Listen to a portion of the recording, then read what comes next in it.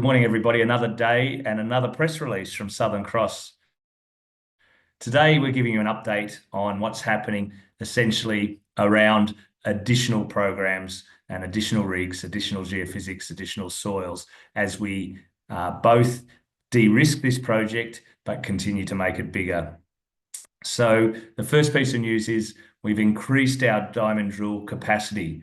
This time we're bringing it up by 2 rigs. So we're going from 6 to 8. 8 rigs will be operational from this week. That will bring forward the conversion from the exploration target to the resource, the internal resource that we're working on. So 2 rigs will help add more rigs for that. 1 rig will be dedicated along the trend of the 12-kilometre trend, and the other rigs will be looking to expand beyond the exploration target or extend the exploration target to depth. 1 rig will be borrowed, if you like. 1 rig will be utilised over the next month to drill geotechnical holes around the portal area and down the decline, so the engineers can work out the stability of the ground, what kind of quality of rock is there, and then they can engineer the proposed decline and the box cut where we enter from the surface. So a very important piece of work. So that one of those rigs will be used for that. So 8 rigs, a lot happening with 8 rigs, a lot of geologists and field hands making sure all that data is treated very well. We also gave an update on our regional geophysical surveys. That IP survey that started last year, late last year, has been ongoing and will be ongoing until the end of April. We'll pull that all together and report that. But that you can see a picture on how we've surveyed that area, and it's over a very large area. It covers 6 kilometre strike within the 12-kilometre broader strike and parallel zones. The geophysics maps the geology to depth. So we can see and map the geology on surface. We can take the soil samples at surface, but we can't see underground unless we drill holes. But the geophysics is an interim step to map the subsurface environment. The IP works very well to pick disseminated sulfide. So we all know there's a ladder. The rails of the ladder form the host to the gold, and that's slightly more sulfidic, has more pyrite.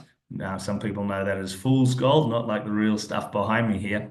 And that pyrite is chargeable. So when they turn a current on and off into the ground, or a charge, it retains the charge longer than the surrounding rocks. So we can map the more sulfidic parts, which is actually the structure that hosts mineralisation. So, and in a similar but very different physical property way, the passive seismic is looking to map that host structure as well. So we're looking for the extensions of that structure so we can drill it. It's basically a de-risking strategy. And then the first time we're announcing a trial survey using fleet technologies, using passive seismic to map the host structure. So that's a trial survey, and if that works, then we'll be able to extend that beyond the larger area. We've also done a detailed gravity survey associated with that project. So Fleet Space Technologies is a very clever piece of geophysical equipment. It's very new, utilizing some old techniques in a very new way. So they collect passive seismic or ambient noise tomography, ANT.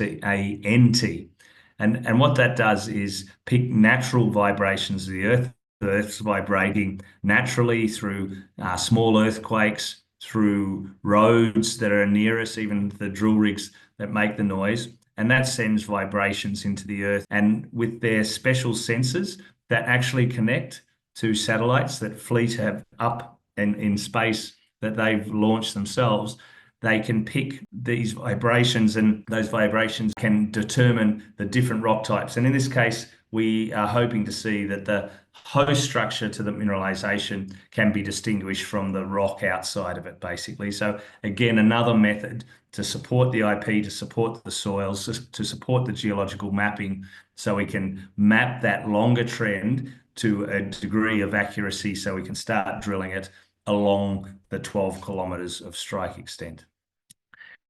And then yet again, we've got a lot more going on, extending the project beyond the core drill area.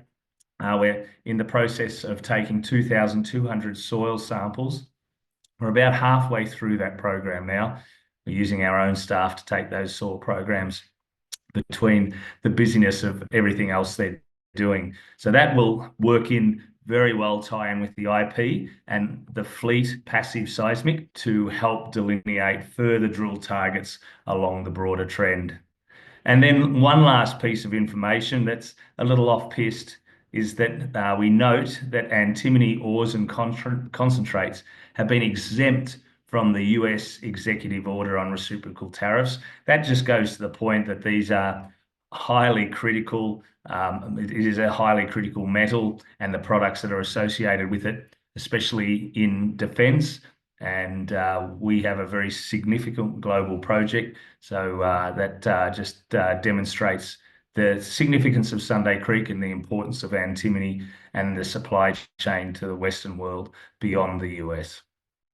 So much happening with the project as we're drilling to extend the system over 12 kilometres, as we're drilling to infill drilling so we can convert exploration target to resource ounces. We're drilling to de-risk the engineering around the proposed decline or exploration tunnel. And then we've got all this advanced geophysics with IP and the fleet space ANT technology combined with soils mapping. So much happening with so many smart people on this project as we continue to de-risk this globally significant project.